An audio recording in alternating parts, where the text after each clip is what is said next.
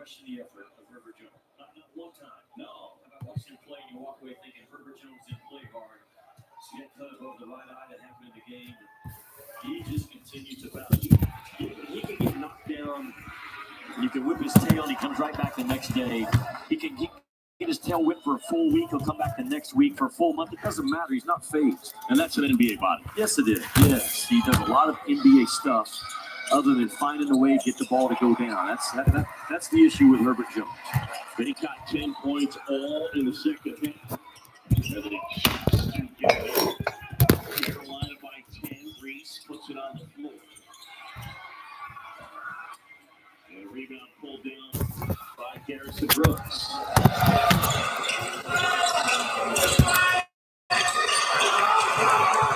Davis steps in. Shackelford back tapped out of bounds.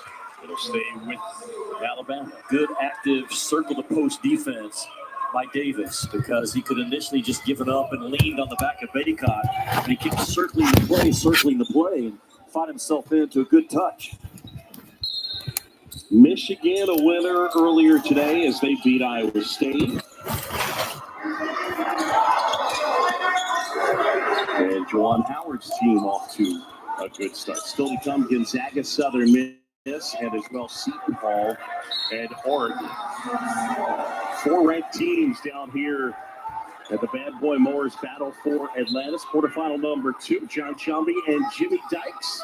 2 more still to come, Kevin Brown and Chris Spatola getting warmed up and ready to take over. I think it's worth noting again, the last 2 national champions we've had, they won the Battle for Atlantis that same year. Villanova and Virginia, and the same thing could happen this year. This is a loaded field with 3 or 4, possibly 5 legitimate Final Four type teams here on the island. Steady jumper wouldn't go. Baycott pulls it down. Alabama, defensively, they give themselves a chance, but they just can't score. They just struggle scoring.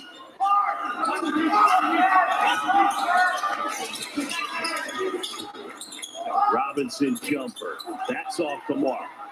Inside, it's Garrison Brooks with the rebound, and he'll shoot 2. Well, tonight on SportsCenter, that's following Lakers and Pelicans. AD's return to New Orleans. Bucks and Lakers playing good basketball and defending Michael Thomas. It's all coming up after NBA on ESPN and the ESPN app. We got to look at Garrison Brooks. He's really the only trusted low post guy that Roy Williams has had the last 2 years. 6'9", 230 pounds. He's going to get more minutes this year at the 4. I think it'll help his game. He's been very active on the offensive glass today. He's got good hands. He hasn't fumbled a pass yet. He's finished chasing a career high, right? Does he have it? 17, and I don't believe he's got his career high. Yeah, this free throw would match it. And he's got 18. That matches his career high.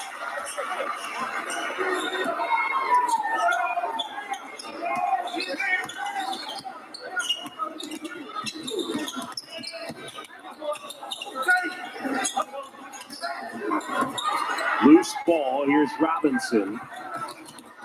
Robinson up ahead, off the glass. Baycott the putback. He's got a dozen. And all 5 North Carolina Tar Heels were at the rim within 3 seconds.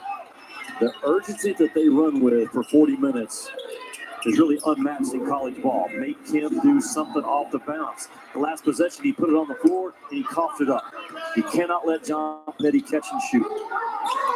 Petty with his 6'3". Let me correct something. For Garrison Brooks, his career high is 20. He's got 18 here today. Thought he was getting close.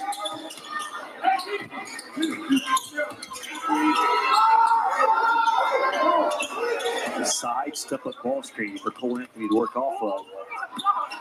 Good job there by Galen Smith with the block.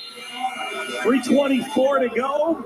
Lots more basketball from the Bahamas still to come. Gonzaga, Southern Miss, and Oregon taking on Seton Hall.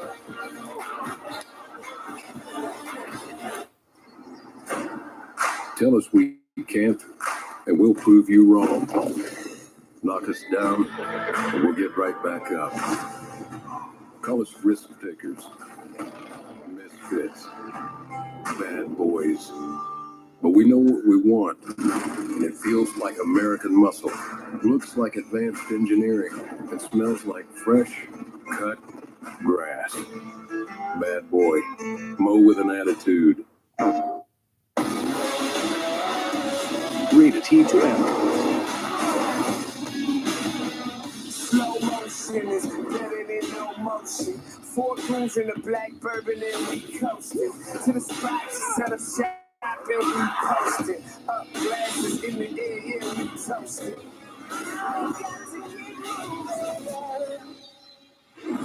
PlayStation bundle starting at $199. PlayStation.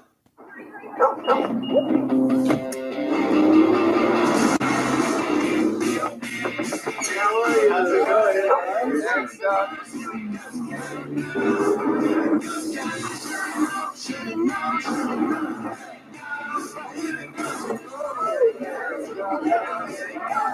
This holiday season, make the most your road home. Hurry in to receive a credit of up to $4,500 on select models now through December 2nd. Coming up on our night session, 3 of the top 13 teams in the country are going to swing into action, Chris. Yes, they are. Gonzaga, Southern Miss, Gonzaga with all the turnover. They are back again. They are Final Four good. And that nightcap, Oregon Seton Hall, electrifying, up and down. It's going to be exciting. A lot of love in the air. That was amazing. Not awkward and uncomfortable at all. Michigan plays the winner of this game. I love those two guys. Kevin Brown, Chris Spatola coming up. They'll swing into action for Gonzaga, Southern Miss in Seton Hall and Oregon. Can we re-rack that and see that again? It was solid. We are. We're going to put it on a loop. All right, Cole Anthony to inbound. Good looking for a lob and a throwdown. Garrison Brooks. And matches his career high with 20. Big time out of bounds under by Roy Williams. You love it as a head coach to draw it up, execute it, and get what you want out of it. The screen and the roll out of the screen was to perfection by Garrison Brooks. Heading another 3. He's got 7 of them. And 23 total points for John Petty Jr. Did he bounce the ball before he shot it? I'm just asking. I'm not sure. No, he did not. Not a lot of dribbling, a lot of catch and shoot. Anthony lets the defender sail past him. Was a little too strong on that shot. Reese with the board, and Alabama looking to cut into an 11-point deficit. I hope we get to see that out of bounds underplay at some point again. That was as good as I've seen this year. In a crowd, setting hard screens, knowing exactly where you want to go. But here we go. Watch this out of bounds under as Garrison Brooks is going to receive a screen right there by Leaky Black and just roll to the front of the rim. Leaky Black comes in and sets just a hard, solid screen, and they roll Garrison Brooks out of it from the baseline to the front of the rim. Man, those are energy plays for your guys. 6th dunk of the game for North Carolina. Brooks has 4 of them.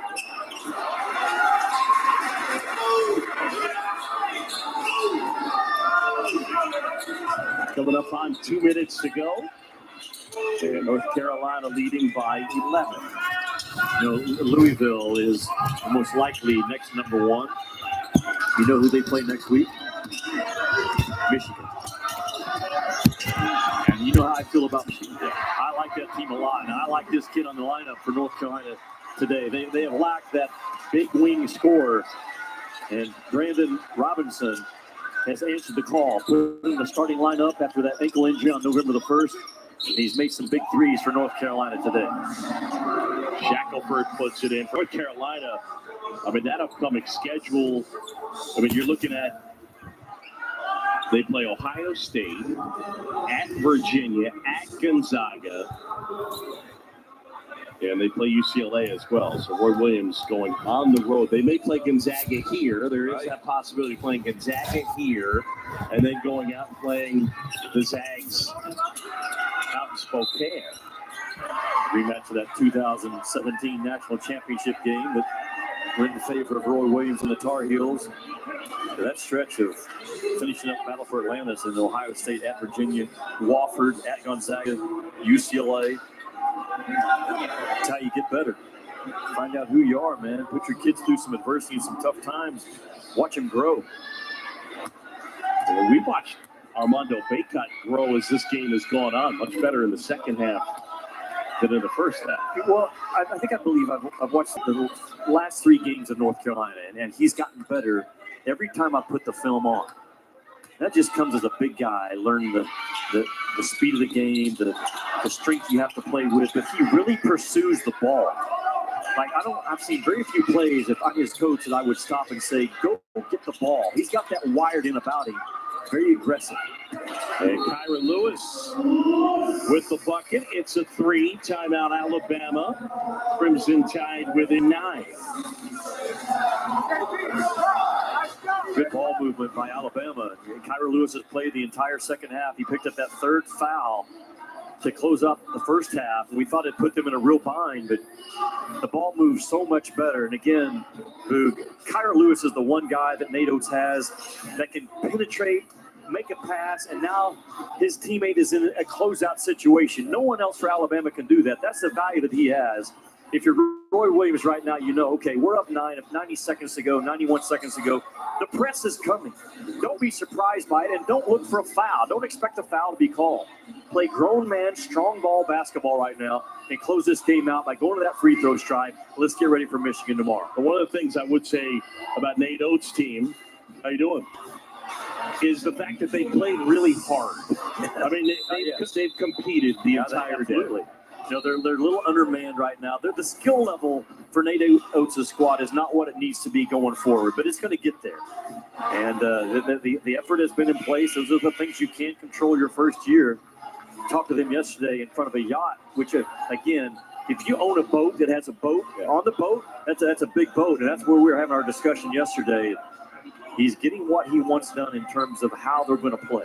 Fast possessions, just over 14 seconds per possession. Just finding enough offense this year will be the challenge for Nate Oates in year 1 in Tuscaloosa. Boat on a boat is a big boat, everybody. Anthony helps break the pressure, and now Robinson. Alabama's just going to play this possession out with severe pressure. North Carolina keeps the ball hot, keeps it moving, and now let Cole Anthony close it out. That's a charge. Yeah, absolutely it is.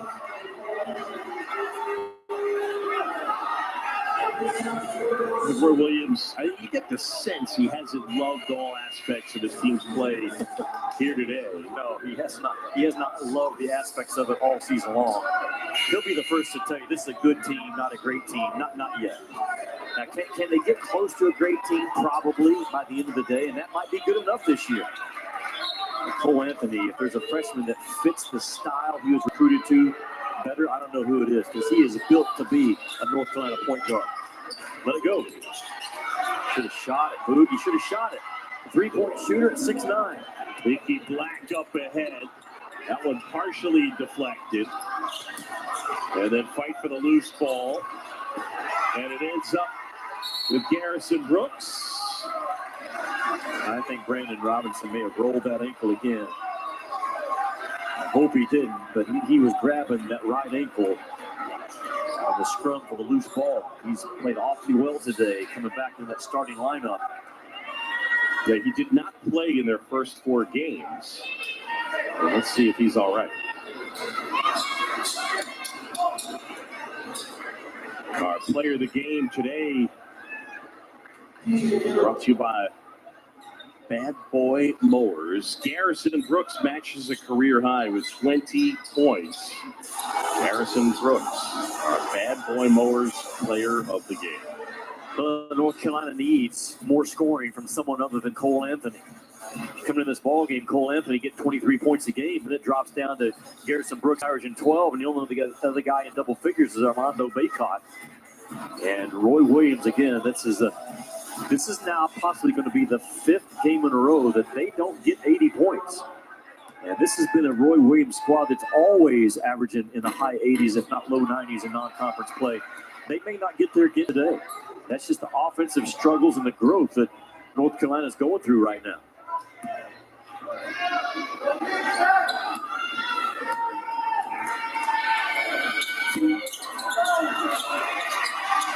Offensive rebound and Carolina control. Another staple of North Carolina, the tap out, long rebounds, run it down, extra possessions. Just dominate you on the boards. Plus 20 cut into this tournament. And it's just what they do. Anthony inside, kind of a Euro step, but he missed.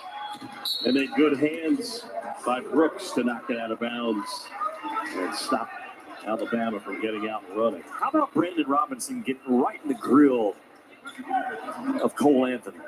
Calming him down, grabbing him by the jersey, not sure what he's barking at him. Cole Anthony took it from an upperclassman. That's just good ball, man. That's good culture, good chemistry, good toughness shown between Cole Anthony and Brandon Robinson. Good feed inside, Bolden to Reese.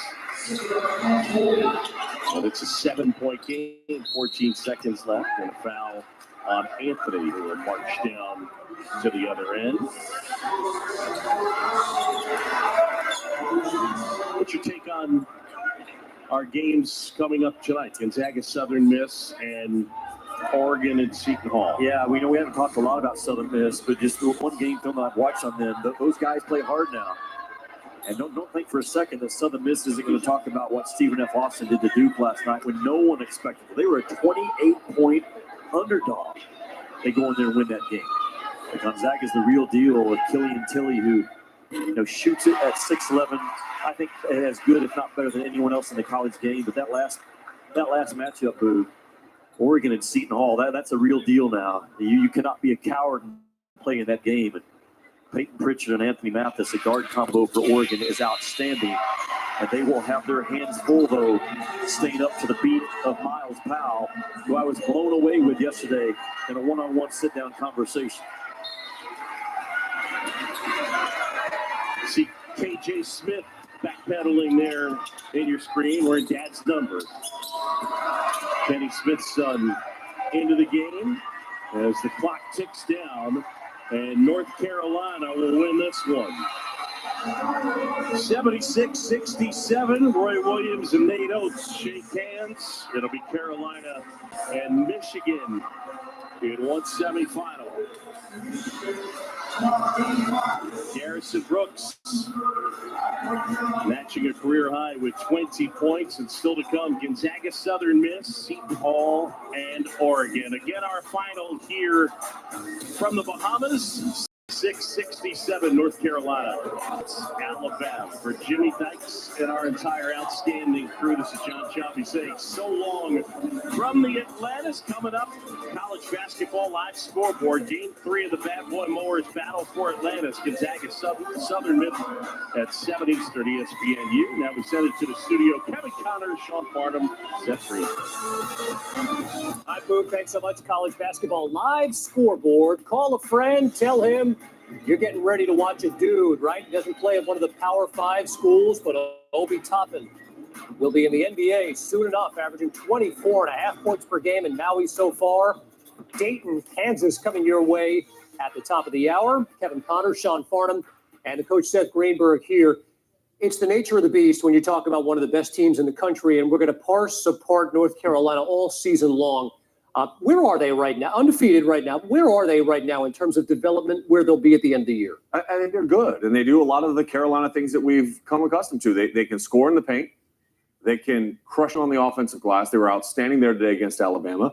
My biggest concern for this team is finding a consistent secondary scorer and the ability to shoot the three-point shot. And can they stretch the defense enough? They're a work in progress. I mean, that's just the way it is. You're not going to lose the people that they lost, the Kobe Whites, the Luke Mays, the Cameron Johnsons, and not be a work in progress. Do they have a chance? Yes. They get out in transition. They'll rebound the basketball. Cole Anthony will make plays. They need someone like Brandon Robinson to step up, and they need Leaky Black to be a consistent double-figure scorer and then impact the game other ways, rebounding and defensively. Yep. Dominant on the glass today in a win over Alabama. North Carolina will get Michigan in the second round at Atlantis. That's how good this tournament is, and we're going to talk about the Wolverines in a minute, but I thought Tyrese Halliburton was outstanding today. Tyrese Halliburton could be the best point guard pro prospect in college basketball. Size, length, he rebounds the ball, he's got great vision. Reminds me a little bit of John Moran. Interesting. Great fit. I think a lot of people feel Sean in Ann Arbor with Jim Howard in charge. Well, the buzz was there when the hire came, but now the substance is there with the way that they're playing out on the floor. And I think that's a big thing. When you're taking over a program, Coach, you've got to be able to sustain the success that was already there and then build upon it. It's not like he took over a program that's struggling. A lot of times you get a job, you're taking over a bad position. This is a good position with a really good guard in Xavier Simpson. And when you can have a guard that can initiate your defense and then orchestrate and run your offense the way he can, it allows you to have success early. Look, he inherited a great culture. John Beilein had a terrific culture, and they had an identity. Now, the identities could be a little bit different. He's giving these guys a little bit more freedom. But when you return players like Simpson, like Pesky, guys that have won games, won big games, Juwan Howard, he's the adult in the room. That's what Jalen Rose always said about him when he talked about the Fab Five. He's a terrific coach. He's paid his apprenticeship. He's worked under Pat Riley. He understands what it takes to be successful. He's got Phil Martelli on his staff to teach him the business of college basketball. He's going to be just fine. I love the way they play. I was going to say, he's got another head coach on the floor, almost right in Xavier Simpson, and then a real head coach on the bench sitting right next to him in Phil A Martelli. Hall of Fame potential coach in Phil Martelli. Michigan's a dangerous team in that Big Ten this season. That's only the semi in Atlantis. And, of course, the other quarterfinal games tonight, a golden opportunity to see Killian Tilly and Gonzaga, 7 Eastern. And then Seton Hall in Oregon. I mean, we all agree that could be like a Final Four matchup right there. It's the best opening round game of all of Feast Week, no doubt about it. You got two teams that are potentially two Final Four teams. They are really, really good, both of these teams. Lock it in. You'll see those games tonight on ESPNU and ESPN. Good, both of these teams. Lock it in. You'll see those games tonight on ESPNU and ESPN. You Bruins! Oh, come on. Come on. Hey, Hey, we've got a lead right now. We're okay. Oh, no, not so much. You know what the thing about UCLA is they play tough. They tried to hang with the physical nature of the game, but they just don't have the parts. And they were unable to create turnovers. They didn't score, obviously, off of those turnovers. Only 1 point off of a turnover. And then they got crushed in transition. Michigan State thrives there because of Cassius Winston. But you got to be feeling better than you were after the Hofstra game, right? I'm not into moral victories. This is UCLA. What are you talking about? They're developing their identity, by the way. Really good bounce back by Michigan State. How many times do we go into a game and saying Udoka Azubuike is going to have his work cut out for him against Obi Toppin tonight? Big fella for the Kansas Jayhawks set to take on Dayton coming up at the top of the hour. And in case you missed it, maybe the biggest upset of the season, Stephen F. Austin beat Duke last night. Really?